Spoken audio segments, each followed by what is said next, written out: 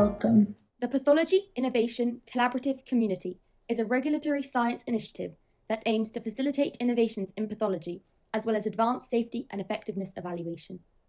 The PI Collaborative Community aims to harmonise approaches to speed delivery to patients through collaboration in the pre-competitive space. The PI CC is open to all stakeholders, public or private, including but not limited to academia, industry, healthcare providers, patients, and advocacy groups.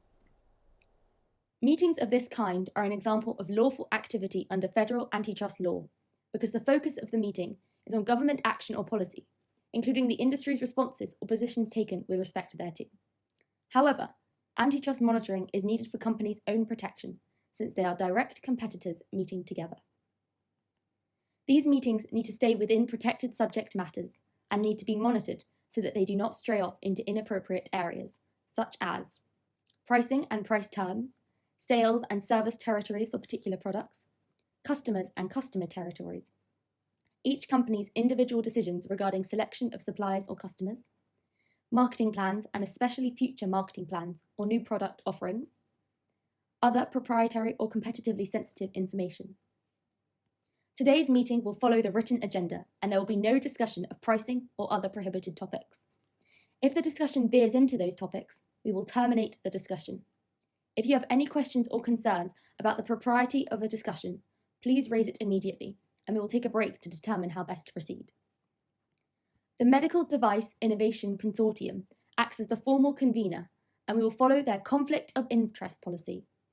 For additional information, we defer to our Code of Conduct and our website, www.pathologyinnovationcc.org. We look forward to moving the field forward.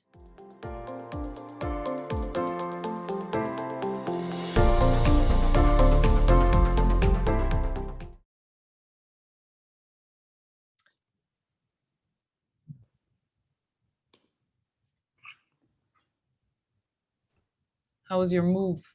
Are you all settled in now? Yeah. Now I'm doing okay. It took me a while, but it's been like 5 months. Now now it's good.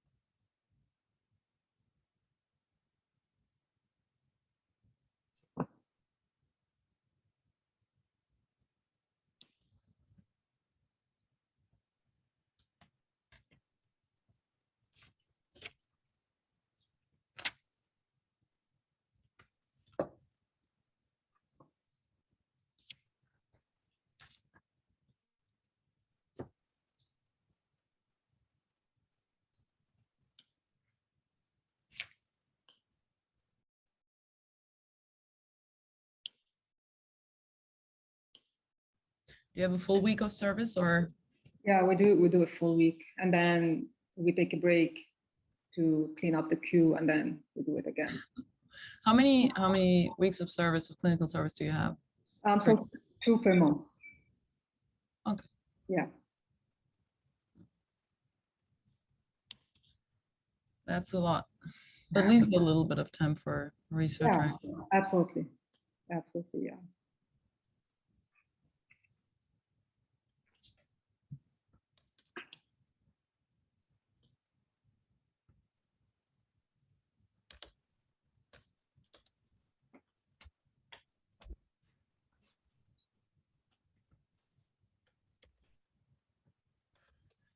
All right. I guess in the interest of time, should we start? Whenever you guys are ready. All right. Well, welcome everyone. Thanks for joining on this Monday morning. I hope everyone had a great weekend. And just so you're aware, we're going to record this session, so it's going to be posted on the Alliance website, if in case you want to review that or share that with your fellows, trainees, whoever you think is going to be interested in that. So it's a really great pleasure to introduce Siba Hussein, who's going to give a great presentation today. She did her residency in anatomic pathology and clinical pathology at the Institut National de Pathologie and at the Mount Sinai Medical Center of Greater Miami. And then she pursued her cytopathology fellowship at the Montefiore Medical Center in New York, as well as her hematopathology fellowship at MD Anderson. That's really a mouthful, Siba, what you did there. And in her free time, she enjoys running, tennis, and scuba diving, very active. I like that. And yeah, now she's at the University of Rochester and recently transitioned there in New York as an assistant professor. And yeah, I don't want to take too much information away. So Siba, please take it away. Thank you so much. I'm very glad to be here. This is something that like a couple of years ago, I got interested in and I pursued it. And it's actually a very, very interesting area. And I hope that, for the trainees online, this is the time for you to, if you want to, I guess there's some echo. Maybe we can mute. If you guys want to take over the hosting and yeah, please everyone mute yourself, or Ula, if you can mute people, that would be great. So this is a great time for you to embark on this journey of implementing AI or doing any projects in AI while doing your residency and training. My focus here is going to be on hematopathology, which is my area of interest. This is what I practice every day. And I got into AI when I was doing my hematopathology fellowship. So everything that I'm going to be talking about today are actually some of the projects that I pursued when I was a fellow, and I saw them being published very recently as an attending. So everything is very recent. I hope that you guys will find it helpful. If you have any sort of interest, maybe this can be like a final push for you to embark on this journey, I guess. So as I mentioned before, the presentation will be focused on implementing AI in the hematopathology practice in particular. So artificial intelligence and augmented intelligence are buzzwords that we've been hearing a lot these days. And for people who went to the CAP this year, there was a session about augmented intelligence. And there is a sentence that people use, which is pathologist plus AI is a super pathologist. So this is something that I always start with, to have people not to be afraid of of AI or any sort of having this fear of being replaced or anything. I feel like if we embrace this technology, we can actually be super pathologists. And I'll show you examples from my work how we can, if we implement this technology, we can actually be very helpful for the patients and for our colleagues, the oncologists. So pathomics is this field of analyzing digital slides and getting features from these digital slides so that we can create models and kind of like study them and get some outcome out of them. So the image analysis can analyze architectural elements, cells, nuclei, and other features in the background, such as stromal cells or lymphocytes in the background. There are a myriad of things that we can analyze using pathomics. So what we can achieve by using pathomics, we can improve diagnostic accuracy, which is a very important thing. This is one of the things that there are areas in pathology that are gray zone areas that we can implement AI in it so that we can have sort of a guidance or some sort of like some help so that we can make up our minds. Another thing that we can use AI for is to predict molecular underpinnings. So instead of waiting for molecular to come up, we can actually, by studying digital images, we can sort of predict that this kind of features are associated with this kind of mutation. And who knows, maybe in the future, this can be one of the things that we can run in addition to molecular in the background, or maybe replace. And then the third thing is to discover biologic subgroups. And this is the most interesting thing for me. So using our human eye, we can see features, but we cannot but it's very limited, right? Like what we can see is very limited. But when we run it by a deep learning algorithm, the algorithm can actually see stuff that we cannot see. And in some instances, the algorithm can actually predict biologic subgroups that we were not aware of up to this point, even with molecular, even with the fact that we have reached a lot of advances in molecular pathology and biology in general. There is a lot of potential for AI to isolate or predict biologic subgroups that we were not aware of. And once we reach this point, we can actually study those subgroups that were predicted by the machine and kind of like run them by molecular studies and see if we can come up with something new. So these are like, new doors that we were not aware of and that we can pursue in the future. And this can be one of the definition of the job of the future pathologist, to kind of use the machine to predict or discover biologic subgroups and pursue them, instead of having our classic job of looking under the microscope 24/7 and being limited to that job, the classic job of the pathologist. It's evolving, and I guess if we embrace it, we can have a very interesting job. And then the fourth thing is to predict clinical outcome, which is again a very interesting thing.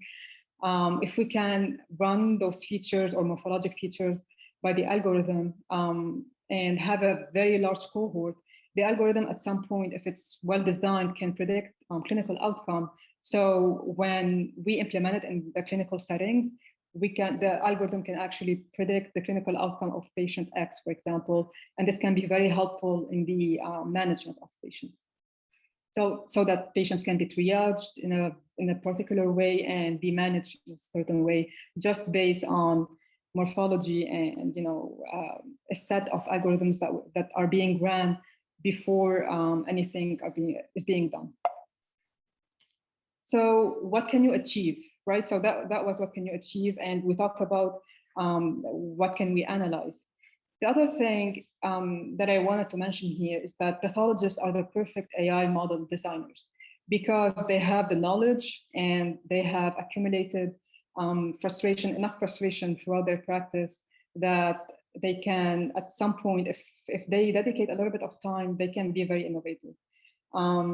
I'm sure that a lot of people online today the trainees online have witnessed some of the frustration that pathologists can face in their sign out.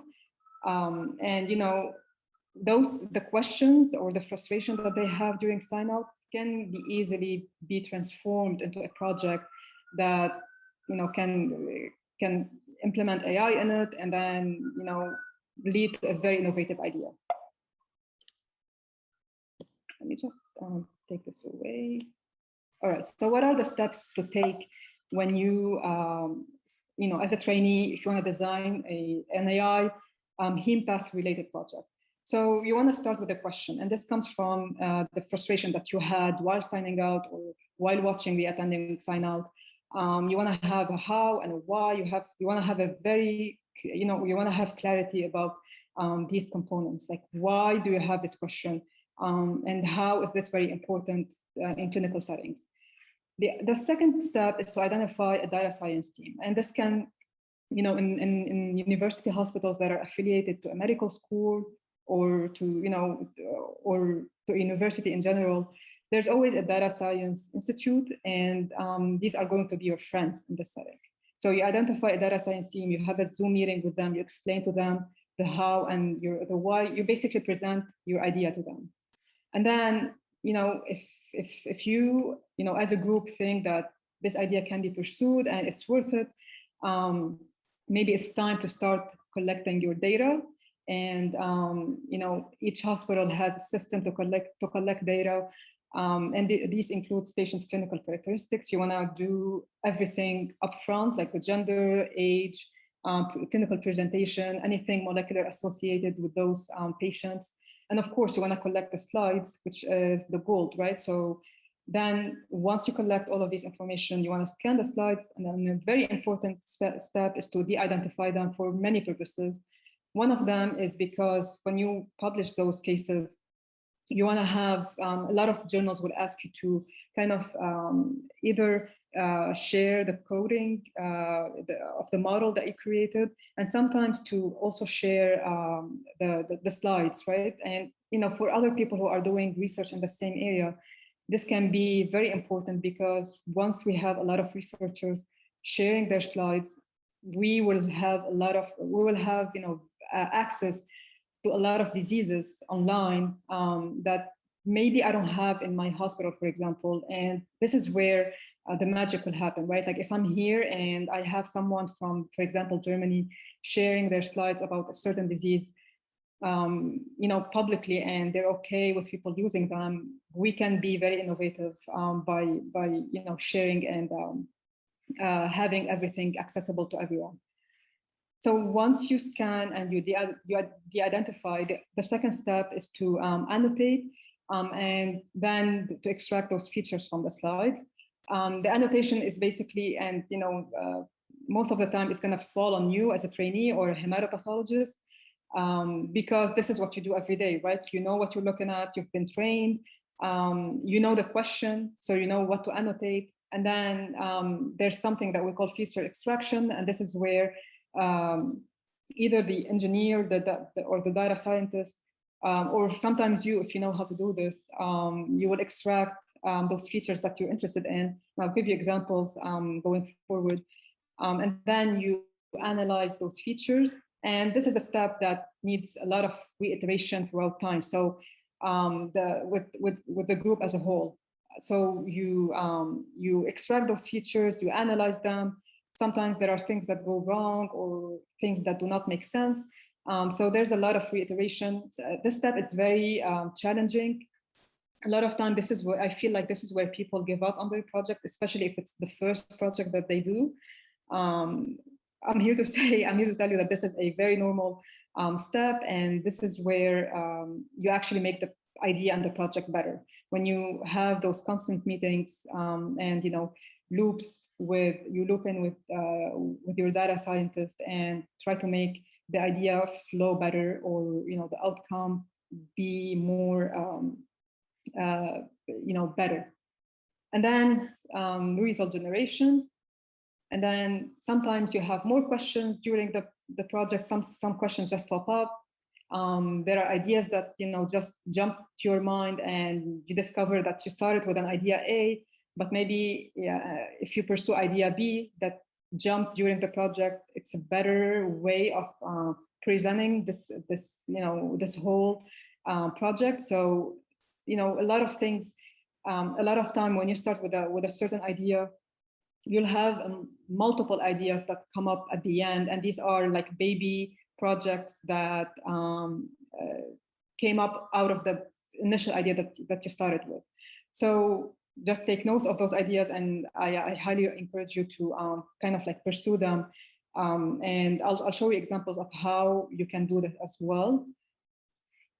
So, we talked about what are the things that we can achieve by analyzing slides, again, in the hematopathology world, right? So the first thing that I talked about earlier was to improve diagnostic accuracy.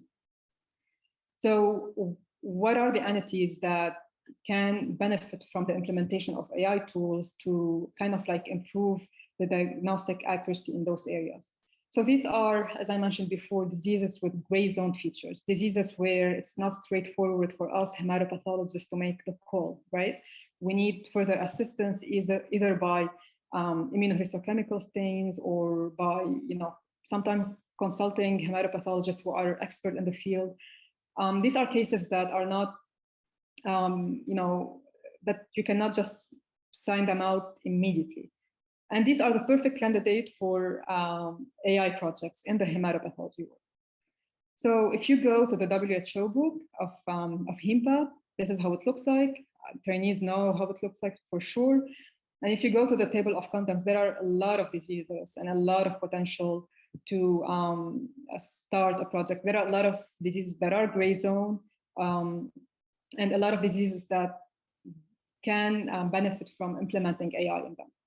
So one of the diseases, and this is my focus, this is the project that I focused on as a trainee 2 or 3 years ago is accelerated CLL. This is an entity that that is considered a gray zone entity.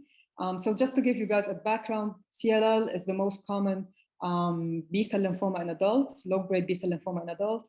In about 8% of cases, CLL can transform into something that we call diffuse large B-cell lymphoma or Richter transformation. So this is how it looks like when it transforms. And obviously on morphology, you can follow and you notice that the morphology is kind of different. But there's something in between that is called an accelerated phase of CLL. It's not really transformation yet, but it's not also as benign or I want to say as indolent as CLL, right? So this entity in between is a gray zone entity. It's not straightforward to diagnose. Some people, when we get a small core-needle biopsy, which is the standard of care these days, right? You get a small core-needle biopsy, you don't have access to the whole architecture of the lymph node. When you get this amount of tissue, it's very hard to make the call of either this or this, right? So this is, that was a frustration that I had when I was a fellow. And I observed that when I have a case that doesn't look really like CLL and doesn't look really like DLBCL, hematopathologists really struggle. How can we, what is the right diagnosis here, right? Like they do stains, they do something that we call Ki-67, which is a proliferation index stain. And since we don't have a lot of tissue, it's not very helpful. It can be helpful sometimes, but it's not, in a lot of cases, it's not super helpful.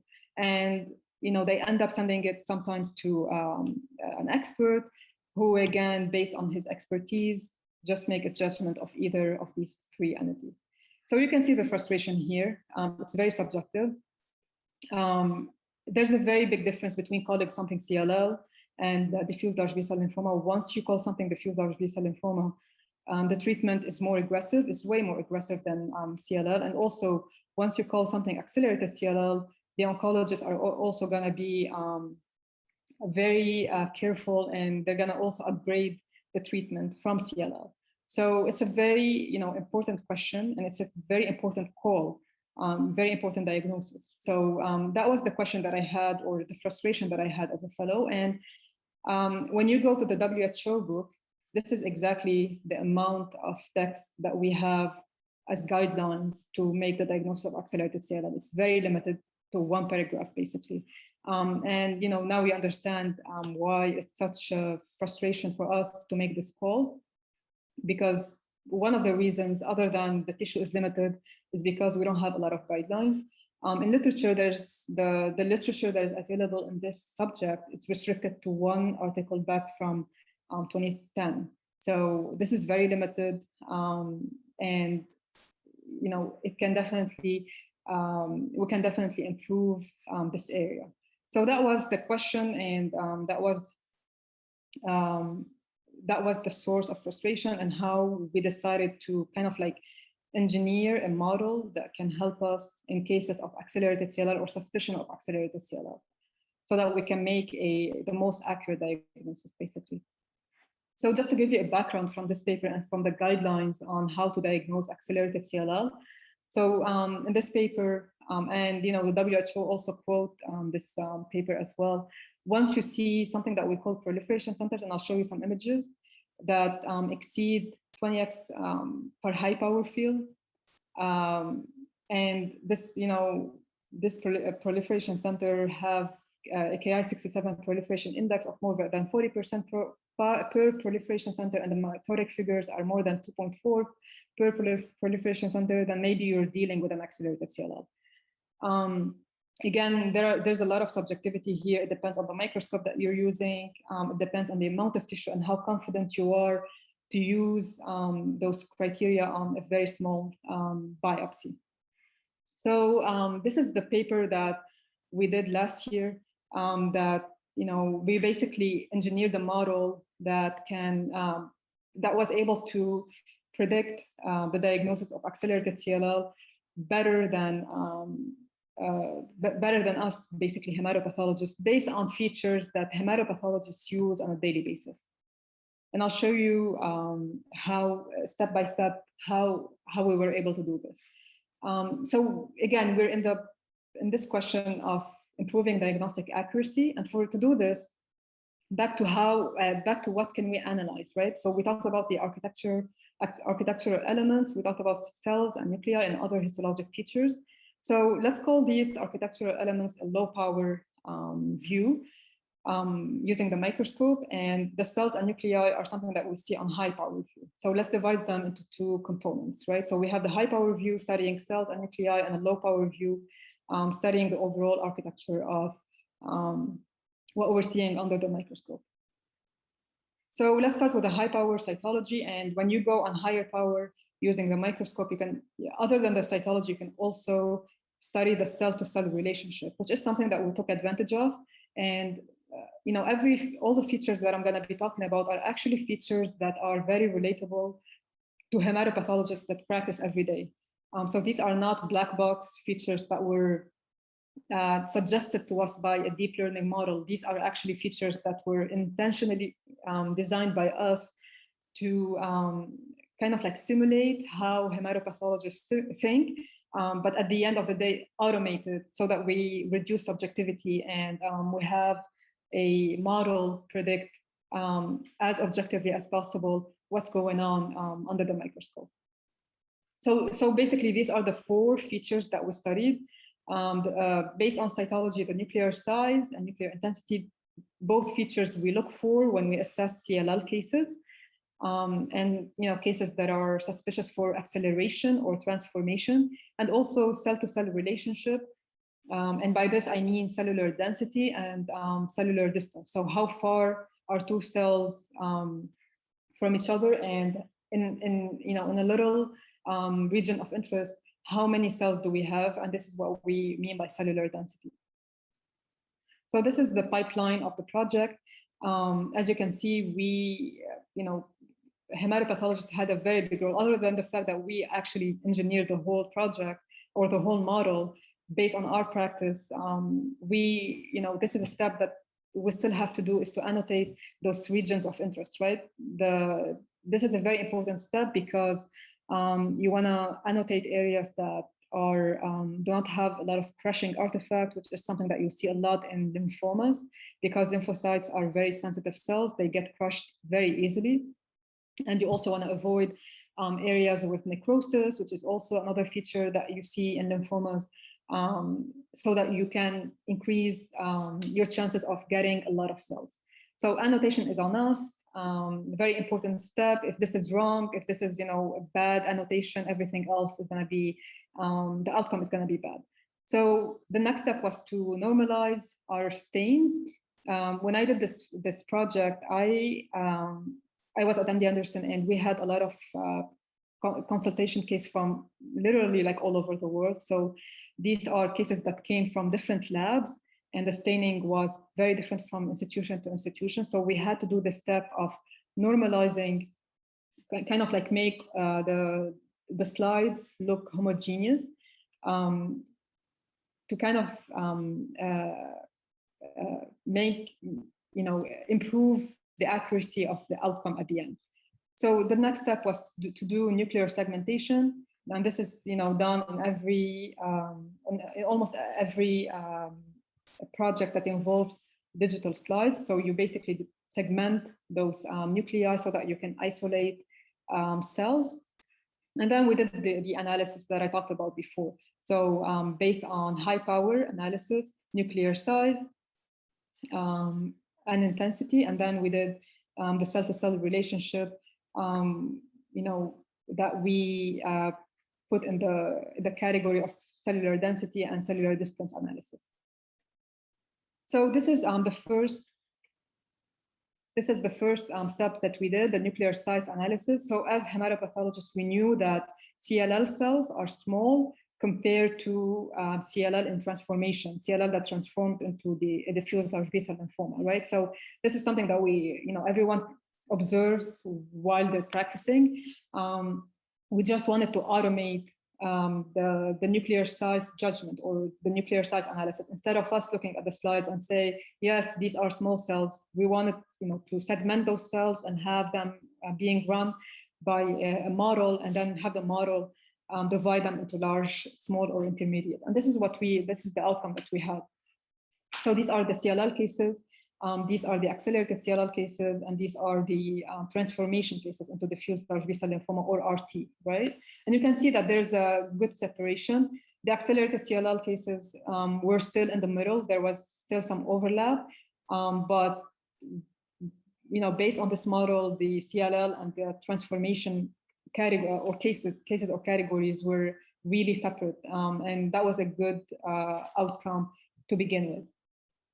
So then we studied the nuclear intensity, and again, we knew from daily practice that large cells have a higher intensity when you look at them.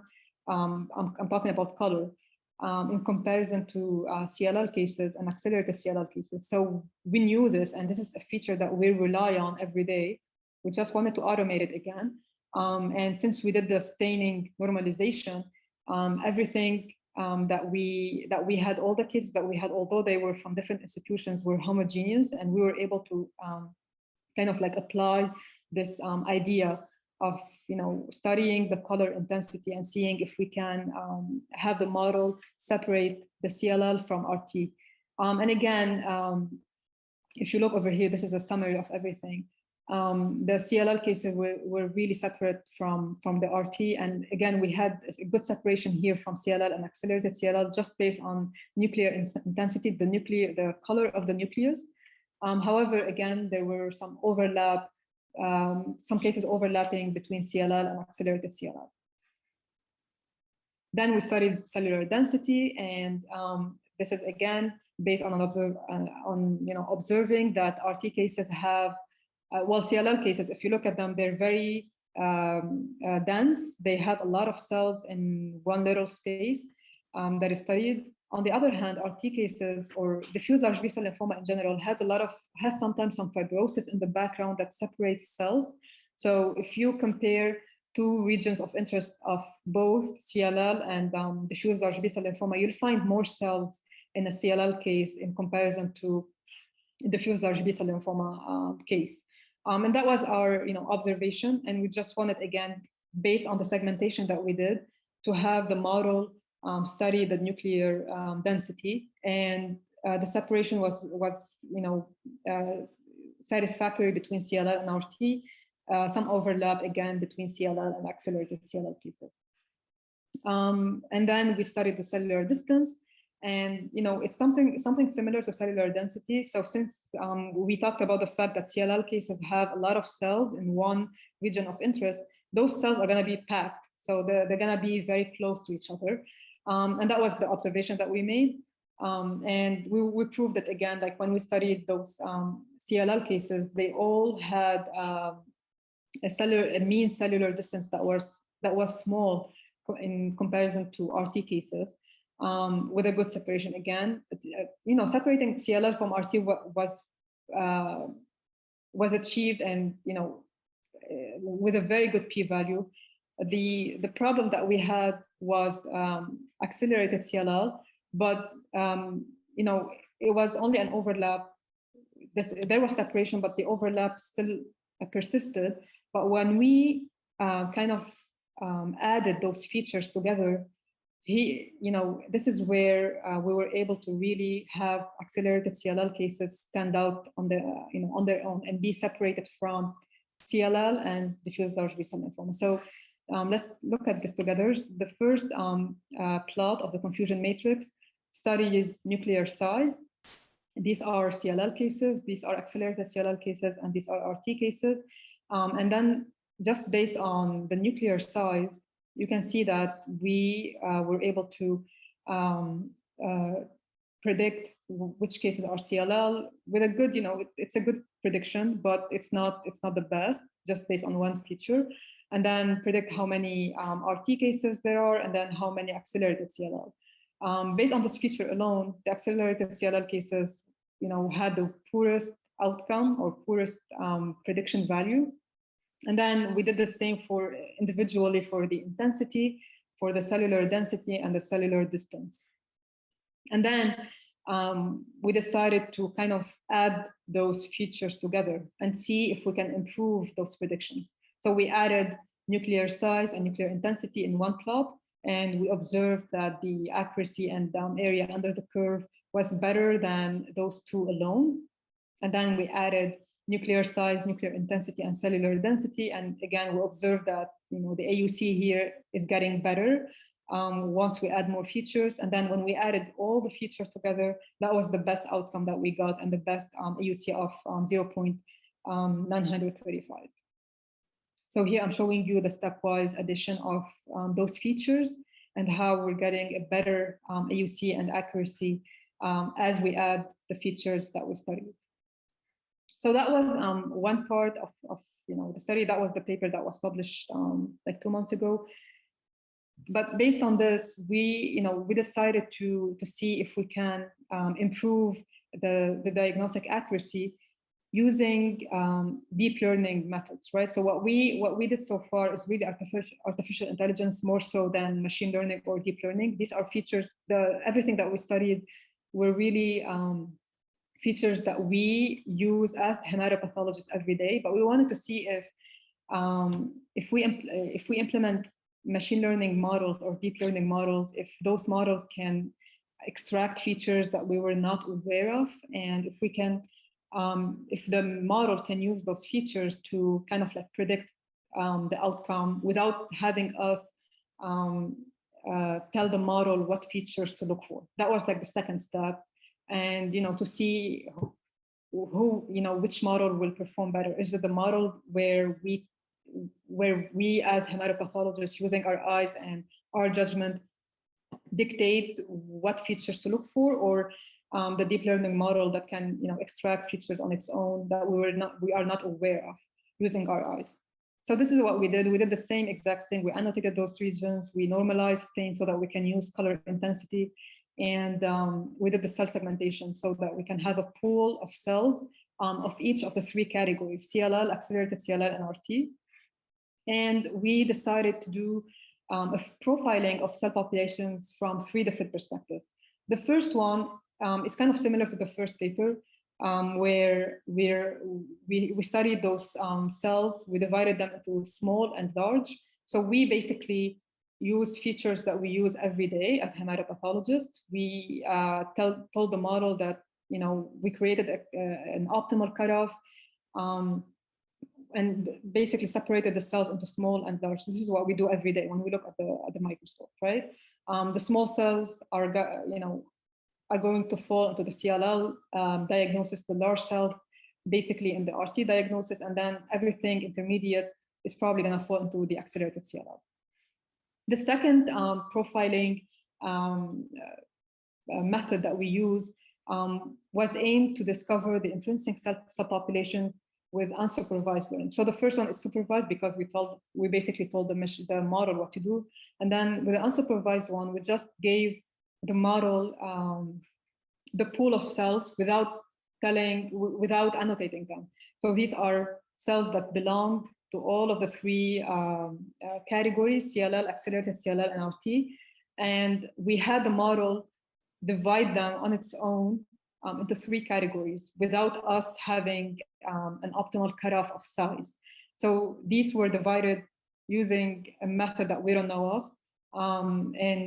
We called those cells that we had at the end CLL-like, accelerated CLL-like, and RT-like, just because it's not really us who divided those cells into three categories. And these cells were not annotated, so we didn't know if these are truly CLL or not.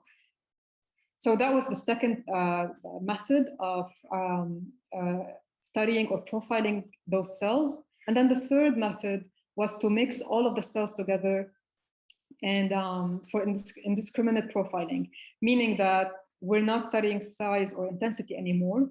We're just letting the model discover features that we as hematopathologists are not aware of using our naked eyes. So this is really deep learning, right? Or like a black box thinking, where you have an an input, and then the output is out there, but you don't know what happened in the middle. So I'm going to go over each of the three perspectives of studying those cells. So the first one, the supervised one, using small cells, dividing them and annotating them as small cells and large cells based on the diagnosis that we knew beforehand. The second one, the unsupervised one, where we had the machine kind of divide them into three categories without having the cells being annotated, which is the unsupervised one. And we had these are the three categories that we had: the CLL-like, the accelerated CLL-like, and the Richter transformation-like, based on cell size and cell intensity, but without having those cells being annotated. So the machine did not know which cells belong to which diagnosis, basically. And then the third one, the mixed cells, where the machine actually extracted features that we are not aware of. These are the three profile summary of the three profiling perspectives. And then we plotted those the features that we studied in each of the three perspectives or three methods: the supervised, the unsupervised, and the data-driven or the mixed one. And we kind of pruned or we took out the features that were not really informative. And this is based on some calculations that we did. So everything in green are features that were studied that were not really helpful in making a good prediction. So we took these out, and we were left with the purple features that I'm going to be talking about very shortly. And this is the confusion matrix that we got at the end. So this is the confusion matrix or the prediction or outcome for the supervised feature set, the unsupervised feature set, and the mixed feature set. And then we did something that we called feature fusion, where we added all the predictions or all these methods together and got an AUC that is better. And then we did based on this and the pruning of features that are not very informative. We did something that we call the feature selection, where we took out all the features that are not very informative, and we got a better AUC and better accuracy.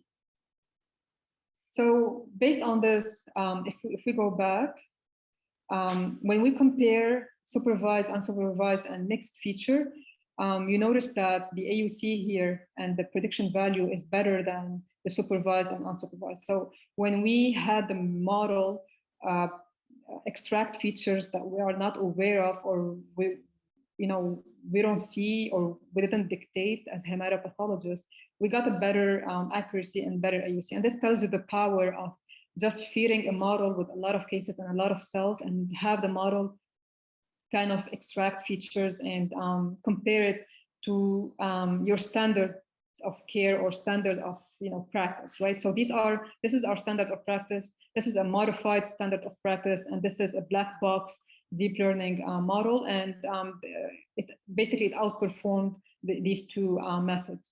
And then the second thing that we concluded from this project is, other than the fact that that was the mixed feature set had a higher outcome or better outcome, the second thing was when we did the feature selection. This step that I talked about, it was kind of like helpful to improve or boost our AUC and accuracy. So that was like the second thing. After doing the mixed feature set, when you fuse everything together and add this extra step of taking out the features that are not very helpful, this can improve your diagnostic accuracy at the end. So this is just a summary of what I just talked about. So everything that I talked about so far is really high power analysis of those cases, right? Like everything is based on cellular morphology and intensity and cell-to-cell interaction. But we haven't talked yet about low power assessment of those lymphoma cases. And we're still in this idea over here of achieving or a better diagnostic accuracy. So back to this paper from 2010, where the authors tried to give us guidelines to make the diagnosis of accelerated CLL. And these guidelines one of the features is to look on low power. And just to give you a background, the clear structure that you guys see here is called a proliferation center. And this is what the authors talk about here. So once you have proliferation centers that are fusing together, you should start thinking about an accelerated CLL. And once you don't see, the proliferation centers are just fusing a lot to the point that it's just sheets and sheets of cells, you get to a degree where you have to call it a diffuse large B-cell lymphoma. So this is a low power diagnosis if you don't go on higher power and do the Ki-67 and count the mitosis. So we wanted to take advantage of this low power architecture and see if we can map out those proliferation centers based on a model that we can engineer. And that was the second step for us, other than the other than the cytology or morphology based study. So the goal of this is to be able to objectively map out those proliferation centers, and using features that I already talked about, which is nuclear size or cellular size and intensity. We wanted to see if we can highlight those proliferation centers and follow them and see if we compare cases of CLL and accelerated CLL, we can we really use this feature to make an accurate diagnosis. So this is what we did here. We isolated a region of interest, and we came up with this equation that I'm not going to bore you with. And that was the outcome of the project. Using cell size and intensity, we were able to highlight those proliferation centers objectively, right? Without, when I look at them, I can delineate them. I can say this is a proliferation center, but I wanted something more objective. And this is what we got using a heat map based on cellular size and cellular intensity. In accelerated CLL, you can see that those proliferation centers are getting more yellow and they're fusing together. And then in RT, you can see that now we're having sheets. It's not a round structure anymore. And that was the outcome. This is what we wanted to get to, just to have a more objective view or assistance in those cases when we have a small biopsy. And the second step that we did was to segment those cells and kind of separate them using cell size and cell intensity, using that equation. And we came up with a value that we call the heat value. And we kind of observed that cells, all of these, each dot of, each of these lines is one cell, okay, with a heat frequency. We kind of observed that cases of diffuse large B-cell lymphoma fall in this area over here, just above or 0.28. And then cases of CLL fall in this area over here with a peak just below 0.20, and the accelerated CLL cases fall in between. So that was another method or model that we proposed to kind of separate those CLL, accelerated CLL and RT cases based on cellular size and cellular intensity. All right, so this is in the lymphoma world, and there are other projects and other people who publish in lymphoma as well. But what about leukemia, right? Which is another another area in hematopathology. There are several papers that talk about how artificial intelligence and deep learning and machine learning can help us diagnose acute leukemia. And all of these projects, I want to say that they're really in a very young stage, and they need a lot of reiteration. And this is just to tell you that although they're dealing with diseases that are not really gray zone, there's a lot of room for improvement. So even if you want to jump on those leukemia cases, which are there are already projects on these, you can discover a new technique or a new way to approach things and get an innovative idea out there. So this is one of those projects, or this is actually a startup that is trying to count blast on bone marrow smears. So this is a bone marrow smear, and you can see that there are a lot of limitations. This is a very thick area, for example, Hematopathologists and Trainees that rotate with us know where to look for blast, which is somewhere here in this area, not too far from the site and not in the thick area.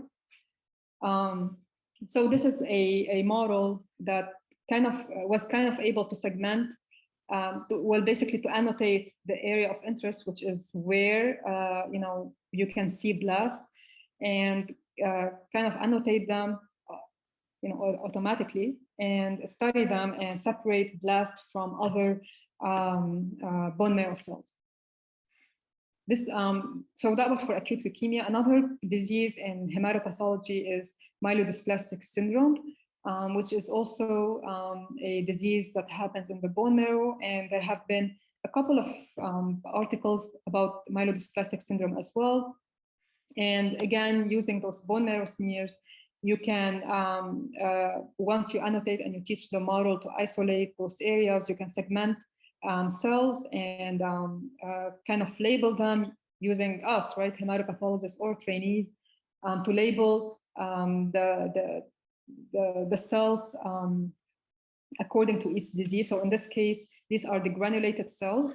And then you teach the model to kind of identify those cells on its own. And there's this loop and reiteration process happening here where the model learns something, and then you correct what the model learns, and sometimes the model detects something that you're not aware of. So this is a very interesting loop that I'm going to be talking about a little bit shortly. Another disease is acute myelomonocytic leukemia, which is a gray zone area again, where the blasts that we look for are can have some overlap with a cell that we call promonocyte and a more mature cell that we call monocyte. This is an area that, if you're a hematopathologist or a trainee, you see us struggle with. It's not really a straightforward area every time. So definitely needs some AI assistance in the future. And that was one technique or one model that was proposed recently to separate monoblasts from promonocytes, which is considered a blast equivalent, from a more mature cell. And you can see here how, based on their annotation, they were able to separate monocytes, which are the benign cells, from monoblast and promonocytes over here, with a little bit, of course, of inevitable overlap between monocytes and other blast components. And this is where this is where a lot of there's room for improvement for every project, for sure. This is the pathologist in the loop concept that I talked about before. And this is very important. And if you embark on those projects, you are going to see, or you're going to face some of these scenarios where you annotate a cell, you give it to the model kind of like learns to identify the cell. And then sometimes the model annotate a cell on its own that is not really what you are looking for, and it kind of like corrects you. So when you get the cells back annotated by the model, you discover that maybe you are the one who's doing the mistake sometimes when you annotate, because you're annotating a lot of figures, and you actually like correct yourself and kind of like give the model a pat on the back that the model was more objective in isolating cells of interest. So this is basically the idea here, and this is something that if you do any annotation based model, you're gonna fall. You're gonna definitely see this kind of scenarios. All right, so the other thing that I want to talk about super quickly, because we're running out of time, I'm just realizing, is the ability to predict molecular underpinnings. So everything that I talked about before was to improve diagnostic accuracy in gray zone areas, but there are also some work that will help us in the future to predict mutations based on morphology. And this is one paper that was published very recently about predicting NPM1 mutated AML, which is also a very common mutation in AML, and it's actually a very good one. based on studying the morphology alone. So this kind of morphology is actually very predictive of this cell harboring NPM1. And basically what the authors did here was feeding a model with a lot of cells that have NPM1 mutation with this particular feature, this invagination, or we call it the cup shape morphology. And they were able to get a good prediction based on the model that they built with an accuracy of 86%. So this is another AML entity, which is called acute promyelocytic leukemia. Again, another good one. It has a better prognosis than other kind of leukemias because we have a treatment for it. And again, it has a particular morphology that we can follow and we can teach a model to recognize. And this APML also has a translocation that is associated with it, 1517. So you're actually, when you detect these, you're actually predicting a translocation as well. This is where we're at in the hematopathology world so far. Not a lot that has been done there. A lot of room for improvement or being creative and find out other pursue other kind of leukemias that that might have molecular or any genetic lesions that we can predict based on the model that we built. The third thing is to discover biologic subgroups. And this has been proposed in one area in hematopathology recently, which an area that we call myeloproliferative neoplasms. And in this disease, in this project, the authors really focus on megakaryocytes, which is the feature that we look for, one of the features that we look for in myeloproliferative neoplasms. And they were able to kind of isolate 9 biologic or 9 morphologically different or distinct subgroups of megakaryocytes. They also studied something close to what we did in my projects, in my lymphoma project, how the cells are clustering together, how they look like, the distance between cells, and the similarity of these megakaryocytes to entities in myeloproliferative neoplasms such as MF, polycythemia vera, and essential thrombocythemia. And they came up with, they were able to isolate or predict the diagnosis of these cases based on this analysis of megakaryocytes. And they were also able to isolate the mutational profile of these 9 subgroups of morphologically distinct megakaryocytes. So the last thing that we can achieve using digital pathology in the hematopathology world is to predict clinical outcome. And I haven't found anything that has been published yet about predicting the outcome of patients just based on morphology. So this is something very interesting. This is actually something that, a question that hasn't been answered in any entity yet. Definitely plenty of ideas there to pursue and to kind of like explore and kind of be able to do a retrospective study and then maybe a prospective study to see if we can predict an outcome based on morphologic examination of a lymphoma or a leukemia disease. All right, so what are the limitations that we have when we do a hematopathology or AI-related hempath project? So the first thing is, is something that we encounter in every, in almost like so far in almost all the projects that are published out there in pathology in general, there's always a pathologist in the loop that is who is annotating and kind of following the steps and reiterating with the machine and seeing if everything makes sense. So this is something that we haven't been able to automate all the steps yet. Some papers talk about the automation of some steps, but so far in the majority of them we still have to annotate to avoid areas with crushing artifact and necrosis, and to annotate areas of interest some papers talk about something that they call the automated focusing, but it's far from being optimized. And but it's definitely a step in the right direction to have a model annotate and learn how to annotate and to follow up on those areas. The other thing is the other limitation is the fact that all of the models that are published out there, including mine, are built on retrospective data. So we basically retrospectively collected cases. And however, those projects or models were not implemented on anything prospective in the prospective settings.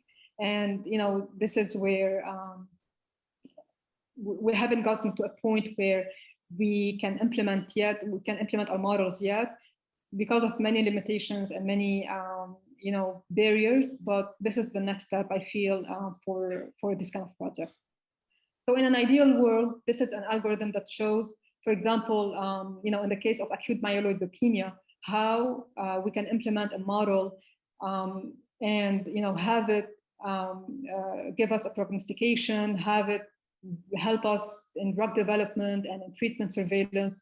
The green blocks that you see here are where physicians and pathologists and scientists are implicated, and then everything in blue is where machine learning engineers and data scientists help us select features and normalize and cluster our data and build the model and apply it. And then once we have the results, in an ideal world where everything is standardized, we can implement it in the clinical settings and have it predict prognosis for us and have it help us in our decision or treatment decisions. So in summary, today I talked about steps to take when you design your project as a hematopathologist or as a trainee. In hematopathology, you have to have a question based on your observation every day to isolate and identify a data science team, present your idea to them, collect your data, and then do the reiteration with them and generate your results. The point that I want to emphasize is the fact that pathologists are really the perfect AI model designers, and they should definitely embrace this technology because it is going to open a lot of doors for us as pathologists. It's gonna put us back again on the map for sure. And things that we can achieve with AI is to improve diagnostic accuracy, predict molecular underpinnings, discover new biologic subgroups, and hopefully soon somebody will publish something that can predict outcome as well, or prognosis. And the limitations that I talked about is the fact that we are still monitoring every single step in the model to make sure that everything makes sense, and the fact that the majority of our projects, if not all, are done retrospectively, and we need at some point to do something prospective and to implement them in the clinical settings. So in summary, using morphologic features that we rely on every day as hematopathologists, this makes us the best engineers of AI models, and this will open a lot of doors for us. And for trainees, pursue ideas that frustrate you in training. That is it for me. Thanks a lot, Siba. This was really great and such a clear talk. I'm not a pathologist, I'm a surgeon, so I mean everything was crystal clear, and I hope everyone gathered a lot of ideas and a lot of insights and a lot of new project ideas, what can be done. As you're emphasizing, I mean, there's still a lot of work to be done, but your work has truly set a great foundation for that. So this is really fantastic. Thanks for sharing that with us. Oh, absolutely. And if someone has any questions, feel free asking me. There's a lot of room for improvement for sure, and it's a booming area that people can definitely do a lot of things in here. We have one question in the chat that I briefly want to touch upon, if everyone can stay on the call for one more minute or so. Alnor asks, did you use any image analysis software for stain normalization and segmentation? Yeah. Well, yes, I did, and it was actually done by the machine learning engineer. but it's definitely a step that is very important, and I highly recommend to do it just to normalize and make everything homogeneous. It'll make your life very easier along the way when you do the project, for sure. And I have one more question. Did you compare your model on core needle biopsies as you were working with that as your kind of like basis versus FNAs or cell blocks? Did you compare that? No, that's a great question. So we only worked on core needle biopsies and excisional biopsies. We did not implement any cell blocks because core needle biopsies for us were already very small. So when we compare them to a cell block, it's actually a smaller, a smaller biopsy, right? The ideal thing to happen is once we kind of implement our model in the clinical settings and have a lot of data and kind of, tune it further, fine tune it further, we can hopefully in the future apply it on smaller blocks, right? Small cell blocks from cytology, which is actually better also for the patients because FNAs are way easier than doing a core needle biopsy. Thanks. Yeah. Are there any more questions from the group? I don't see any in the chat. Well then, I want to close it here. Thanks a lot, Siba. Thanks a lot, everyone, for joining this Monday morning. And this was really a great session. And please, like I said, once it is uploaded on the Alliance website, please feel free to share that and really. I'll do this for sure too, as well. Yeah. All right. I'll see you in the next Alliance meeting. All right. Take care. Bye. Have a good one. Thanks, everyone. Bye.